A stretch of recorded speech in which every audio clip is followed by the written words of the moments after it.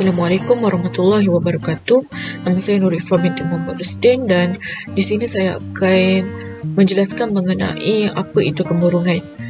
Penyakit kemurungan dapat dikenali apabila seseorang itu mengalami kesedihan secara berpanjangan selama berhari-hari, berminggu-minggu atau berbulan-bulan dan kesukaran dalam melakukan aktiviti harian seperti beribadah, menghadiri kelas dan sebagainya kerana mereka mengalami perubahan dari segi cara mereka berfikir, emosi mereka, tingkah laku dan perasaan.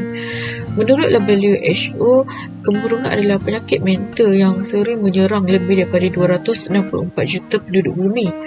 Kemurungan adalah penyumbang utama kepada kecacatan di seluruh dunia dan memberi sumbangan besar kepada beban penyakit global. Kemurungan semakin menular, terutamanya setelah Malaysia mengalami apa itu pandemik COVID-19.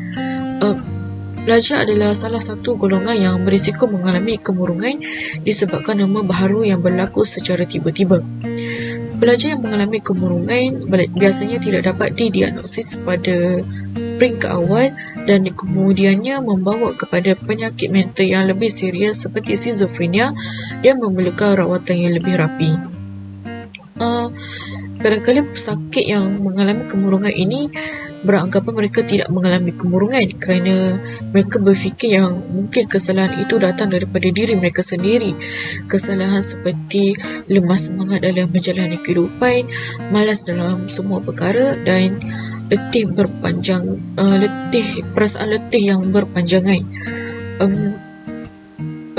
Keadaan ini menyebabkan mereka lebih memilih untuk memendam kesalahan mereka daripada mendapatkan rawatan ataupun pertolongan.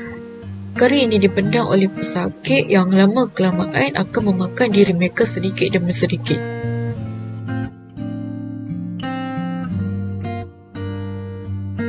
Faktor kemurungan dalam kalangan pelajar seterusnya adalah faktor persekitaran. Kemurungan bukan sahaja berlaku pada kanak-kanak, tetapi berlaku pada semua jantina ataupun pelbagai peringkat usia, tua ataupun muda. Pelajar yang tidak terima sama ada mempunyai ramai kawan atau tidak pandai berkawan maupun disikirkan daripada kawan-kawan akan berasa tersisih kerana mengalami kemurungan yang agak teruk. Akibatnya mereka lebih suka menyendiri dan tidak berkawan dengan rakan-rakan. Seterusnya, guru juga boleh menjadi sumber kepada kemurungan pelajar sama ada secara langsung ataupun tidak langsung. Seperti yang mana kita tahu, guru adalah sebagai jabatan ilmu yang bertanggungjawab untuk menampakkan ilmu kepada kita dan memberi contoh yang baik kepada kita. Bagaimanapun, terdapat segelintir guru yang terlalu memilih kasih kepada pelajar yang menyebabkan pelajar berasa tidak minat untuk belajar. Seperti contoh, pelajar yang memiliki di kelas yang ke atas dan kelas yang ke bawah. Kelas yang ke atas memiliki ramai guru yang suka kepada mereka, tetapi kelas ke yang bawah terdapat segelintir guru yang mengabaikan mereka. Ini menyebabkan pelajar akan berasa hilang minat untuk belajar kerana tidak mendapat sokongan daripada guru yang sepatutnya menjadi dorongan belajar. Maka peranan guru adalah penting bagi mengatasi kemurungan di kalangan pelajar.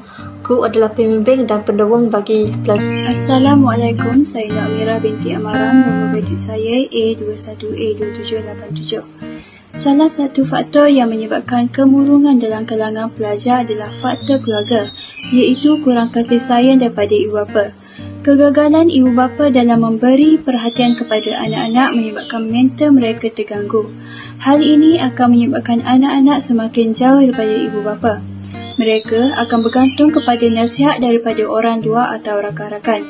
Kesimpulannya, ibu bapa yang terlalu mementingkan pekerjaan dan kesibukan yang tiada penghujung boleh mengakibatkan anak-anak mengalami kemurungan. Salam sejahtera kepada Dr. Fairuz. Kemurungan dalam pelajar ialah acara hidup dramatik dorang.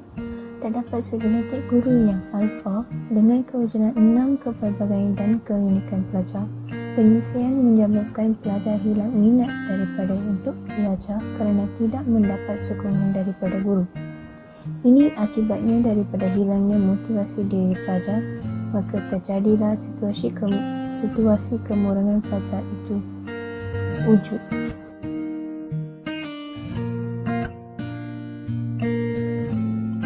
Pengakhiran kepada kemurungan.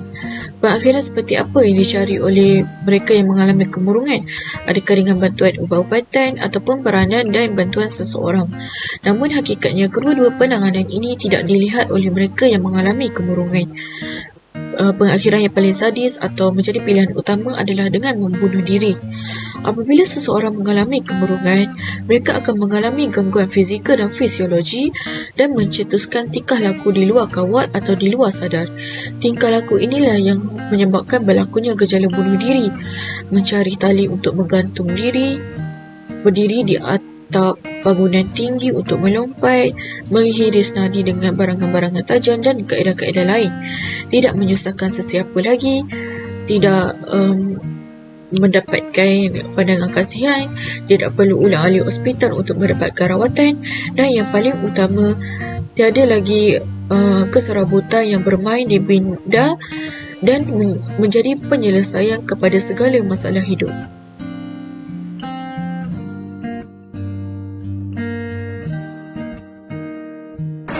Nama saya Nur Syafiqah binti Adnan, nombor matrik A21A2894.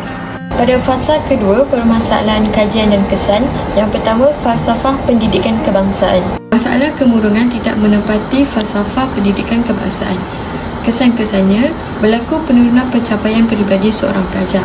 Jika mereka tidak mendapat keputusan yang kurang memuaskan, hal ini akan menyebabkan guru sendiri menilai diri seorang pelajar tersebut secara negatif. Selain itu, tahap moral seseorang pelajar itu rendah. Pengunduran interpersonal, kehilangan produktiviti dan akhirnya berupaya menghadapi tekanan.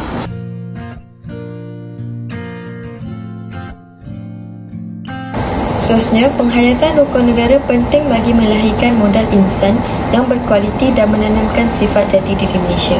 Masalah kemurungan yang berlaku dalam kalangan pelajar menyebabkan prinsip rukun negara juga terjejas. Kesannya, sifat jati diri masyarakat akan terjejas. Selain itu, kemurungan juga memberi impak kepada rukun negara. Salah satunya ialah kesopanan dan kesusilaan. Kemurungan telah mengganggu sikap berhubung antara satu sama lain yang menyebabkan kepribadian bangsa atau nilai-nilai murni seseorang runtuh. Kemajuan sejagat juga tidak dapat dikecapi.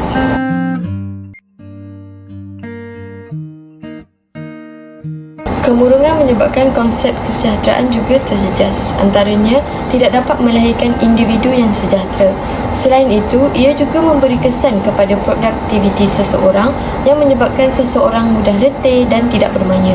Akhirnya, pergaulan yang positif tidak akan berlangsung dan akan memberi kesan kepada kesejahteraan seseorang.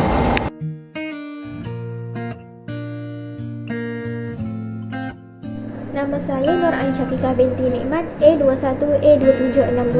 Langkah mengatasi ialah meluangkan masa bersama keluarga. Keluarga adalah unit asas sosial yang terdiri daripada ibu bapa dan anak-anak yang membentuk satu kumpulan. Keluarga yang berpecah belah sedang mengalami konflik, salah laku dan penderaan sehingga menyebabkan ahlinya turut melakukan demikian. Ibu bapa yang terlalu sibuk dengan kerjaya mereka dan tiada masa untuk memberi perhatian dan sokongan kepada anak-anak menyebabkan mereka akan merasa terabai. Amalan makan bersama keluarga adalah cara yang paling mudah untuk menghabiskan masa bersama keluarga. Anak-anak dapat berinteraksi dengan ibu bapa mereka. Mereka juga boleh bercerita tentang kehidupan harian mereka. Kesannya, amalan ini menyebabkan hubungan antara keluarga akan menjadi lebih erat. Selamat sejahtera, Madam. Nama saya Hanusra, anak perempuan saya. Matrik nombor saya A21A2490. Kemurungan juga boleh dicegah melalui psikoterapi.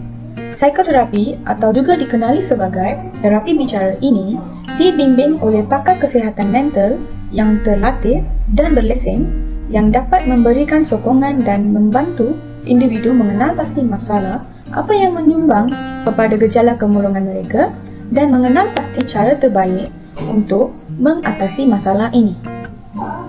Psikoterapi digunakan untuk rawatan kemurungan ringan, sederhana hingga teruk. Psikoterapi sering digunakan bersama ubat antidepresan.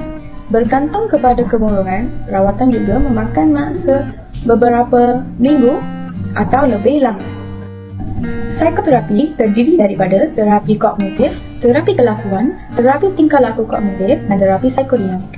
Terapi kognitif membantu pesakit untuk mengenal pasti corak pemikiran negatif dan mengubah corak pemikiran tersebut menjadi lebih positif.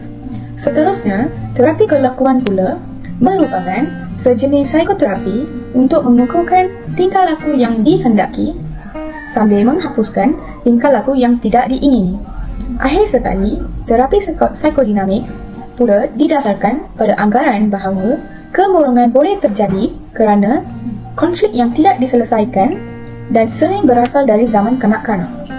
Bagi golongan pelajar yang mengalami kemurungan dan ingin meluahkan perasaan tetapi bukan dengan orang yang dikenali, psikoterapi merupakan pilihan terbaik kerana ia menyediakan persekitaran yang menyokong yang membolehkan pelajar berbicara secara terbuka dan dengan seorang yang objektif, berkecuali dan tidak menghakimi.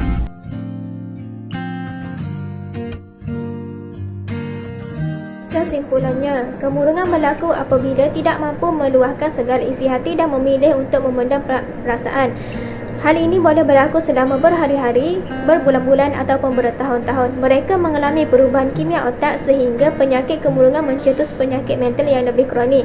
Kemurungan dalam kalangan pelajar berlaku kesan kepada perancangan dalam falsafah pendidikan kebangsaan, rukun negara dan konsep kesejahteraan.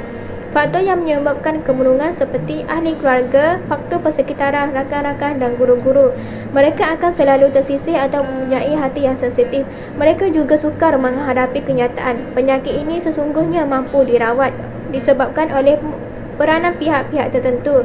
Kemurungan perlulah dipandang serius agar tiada lagi acara mencederakan diri sendiri dan juga mereka tidak melakukan sebarang tindakan seperti membunuh diri.